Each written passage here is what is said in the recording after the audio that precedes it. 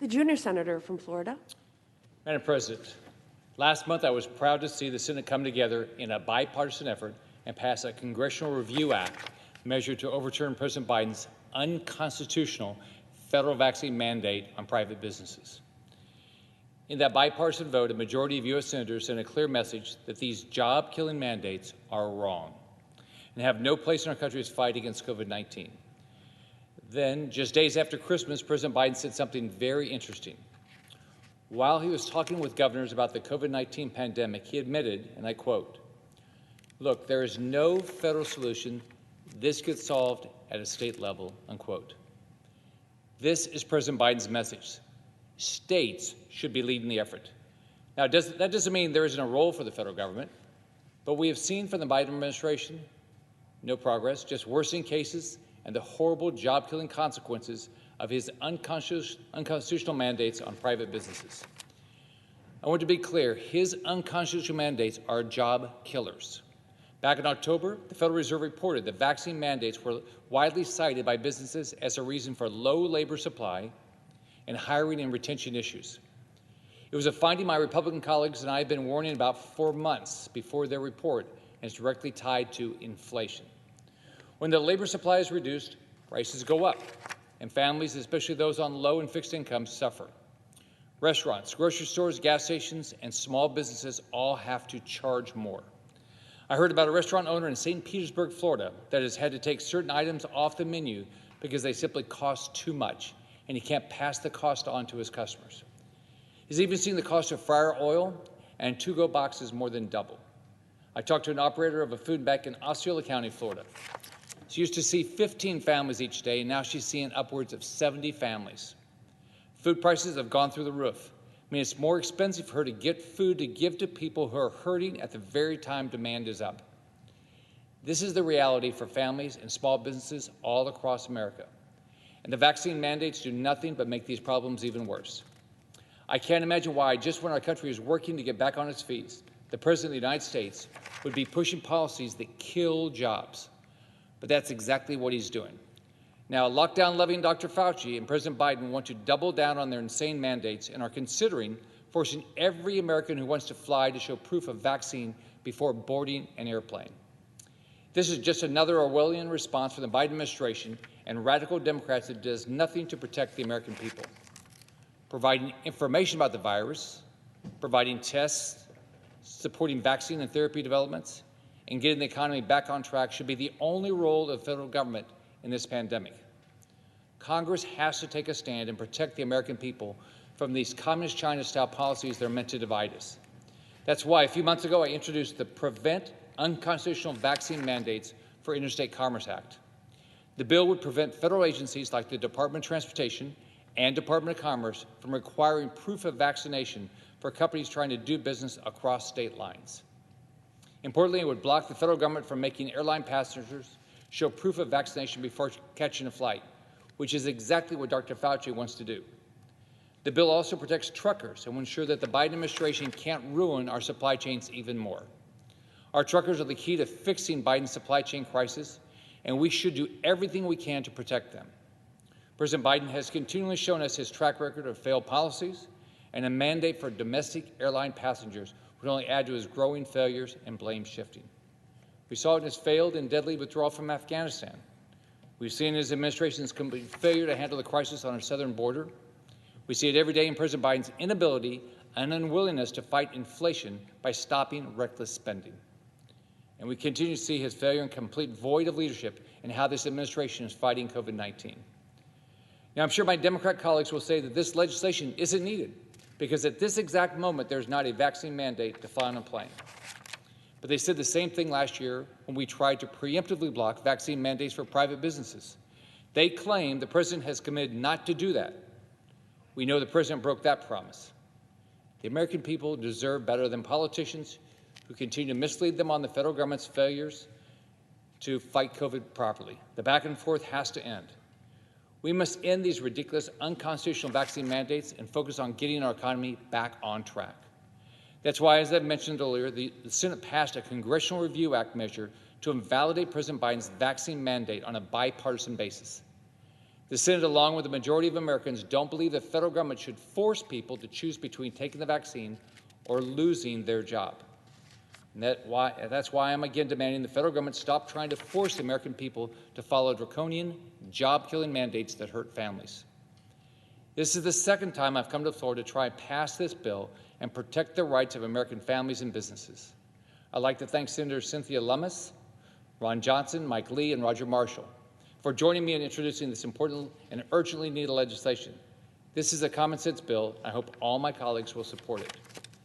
As if in legislative session, I ask unanimous consent that the Committee on Commerce, Science, and Transportation be discharged from further consideration of Senate 2895 and the Senate proceed to its immediate consideration.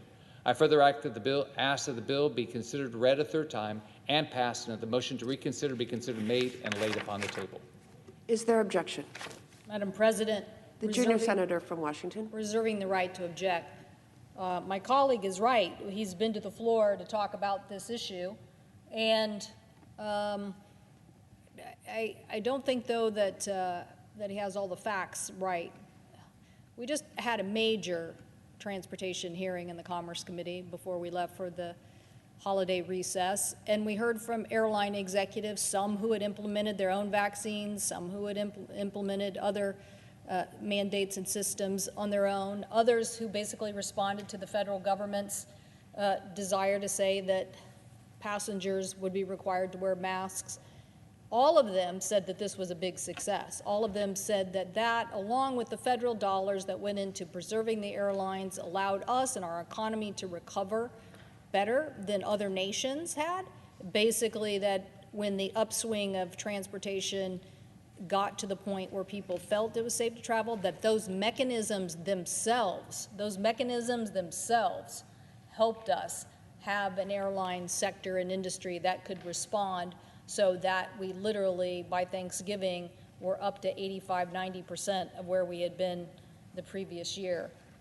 So my colleague, I think, would like us to predetermine today exactly everything we're going to do on this issue, that we would prohibit the President, the Department of Transportation, and Amtrak, and the Transportation Security Administration from making these decisions in the future. Now, I can just tell you, I get up every day and I read the press. I also went to the gym today, and the first thing they said is, "Where is my vaccination card, or we're not letting you in."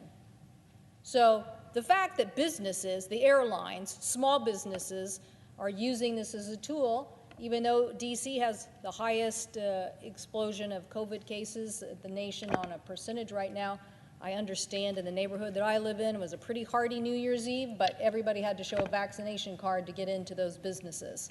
Those businesses decided they were going to stay open. Those consumers decided they were going to participate, not the choice I would have made, but they decided to do that, and they showed their vaccination card. So these businesses, the ones that the federal government is involved in, Amtrak and our transportation system, they also might have further issues in the future that they want to look at. So why pass a bill today that restricts them from showing proof of COVID vaccine in order to travel? The proposals that were made at the time, we didn't really know 2 years ago now what was going to happen, but I can say, and that's why we had our most recent hearing, that we were right, that the transportation sector was going to be critical to helping us fight the pandemic. It was going to be critical for us to respond in our economy. It was going to be critical to providing essential services to some areas of the United States. And the things that we did allowed that air service to respond. And those business leaders showed up. In fact, one of them made a little mistake and said, "Oh, you know, I think HEPA filters have really, really good responses, and maybe we don't need other things." Well, he corrected that the next day. He corrected it the next day. He said, "Oh, yeah, by the way, I believed in the mask mandate and still do." And the airline executive that got questioned by some of my colleagues who said, "Why did you implement your own vaccine mandate of your employees?" He said, "Because I wanted to have a workforce, and this was the best way I could get this workforce."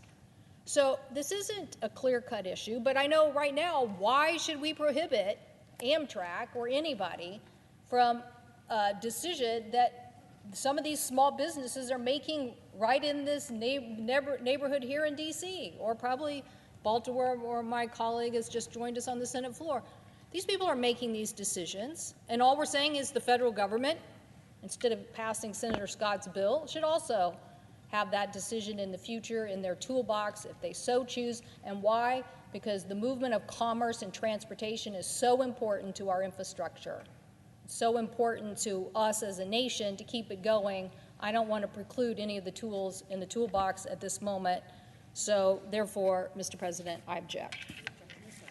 The objection is heard. Mr. President, The senator from Florida. first off, I want to make sure my colleague understands what this bill would do. The bill would prevent federal agencies like the Department of Transportation and Department of Commerce from requiring proof of vaccination for companies trying to do business across state lines. So what this bill does is say the federal government's not going to mandate this. If a private business wants to say that you have to have a vaccine to come in, that's a decision that a private business gets to make. But government shouldn't be in the position to tell in a business they have to require a vaccine. I mean, that's not what you do. What this does is it's killing jobs. It's killing people, killing jobs of people that work their tail off in the prior 12 months. Now, I don't know why this is controversial. The Senate, on a bipartisan basis, just passed a Congressional Review Act measure striking down President Biden's vaccine mandate. On a bipartisan basis, we already decided we don't believe in what the president's doing. We've got families and businesses all across this country that are struggling to keep up with the cost of inflation. And the government should be doing everything they can to reduce inflation and get the economy going. Look, I know what it's like to go hungry because groceries cost too much. I watched my mom and my dad struggle for years.